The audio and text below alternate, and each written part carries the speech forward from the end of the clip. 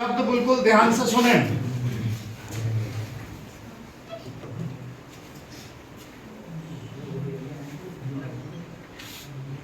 भारत में बाल विवाह महज एक सामाजिक बुराई नहीं है, बल्कि यह नवजात शिशुओं की मृत्यु दर का एक महत्वपूर्ण कारण भी बनता जा रहा है। कम उम्र में विवाह होने से लड़कियां शीघ्र मां बन जाती हैं, जिससे प्रसव के दौरान उनकी जान जाने का खतरा बना रहता है और साथ ही पैदा होने वाला शिशु भी कमजोर होता है।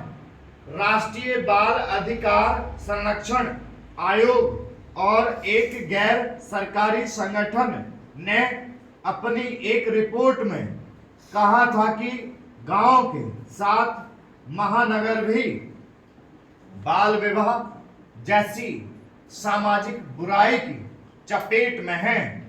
हाल में संयुक्त राष्ट्र की रिपोर्ट में यह खुलासा चिंतित करने वाला है कि बच्चों के स्वस्थ जीवन के लिए उपयुक्त वातावरण और बुनियादी सुविधाओं के मामले में भारत दुनिया में 7वें स्थान पर है।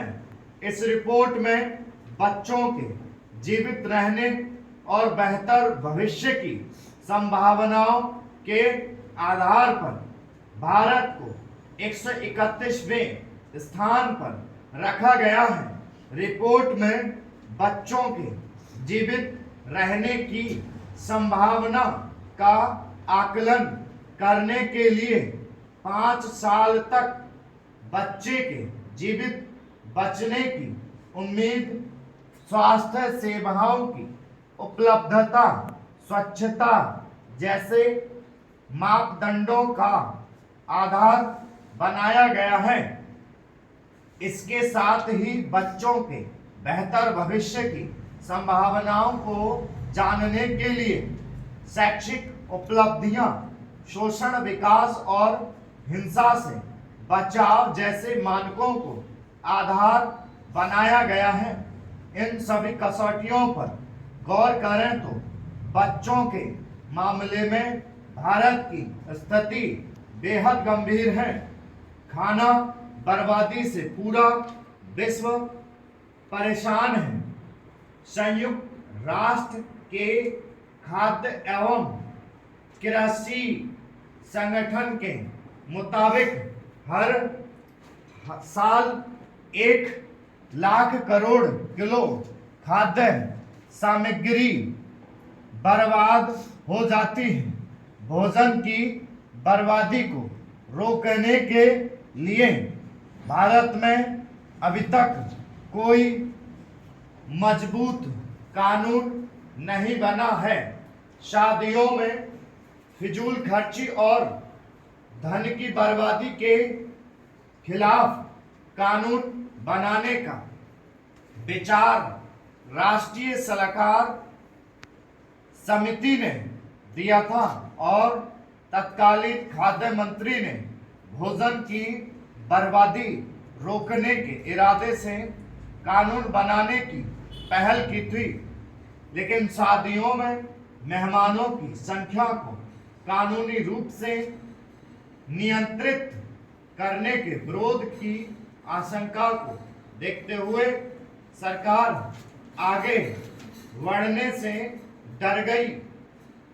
भोजन और किराना उत्पादों के दान को प्रोत्साहित करने के लिए दुनिया के कई देशों ने कानून बनाया है। यूरोपीय संघ में फ्रांस विश्व का पहला देश ऐसा है जिसने अपने यहाँ सुपरमार्केट के ना बिकने वाले फलों, सब्जियों और अन्य खाद्य पदार्थों के नष्टीकरण पर न केवल प्रतिबंध लगाया है, बल्कि उनको दान करने हेतु प्रोत्साहित भी किया है। लोक अदालत भारत में विवादों के निपटारे की एक वैकल्पिक व्यवस्था है। लोक अदालत को ऐसे प्रकरणों के निपटारे की अधिकारिता प्राप्त है जो उसके क्षेत्र के न्यायालय में लंबित हो अथवा ऐसे प्रकरण जो उसके क्षेत्रीय न्यायालय में आते हों और उनके लिए बाद संस्थित न किया गया हो, लेकिन लोक अदालत को ऐसे किसी मामले या वाद पर अधिकारिता प्राप्त नहीं है जिसमें कोई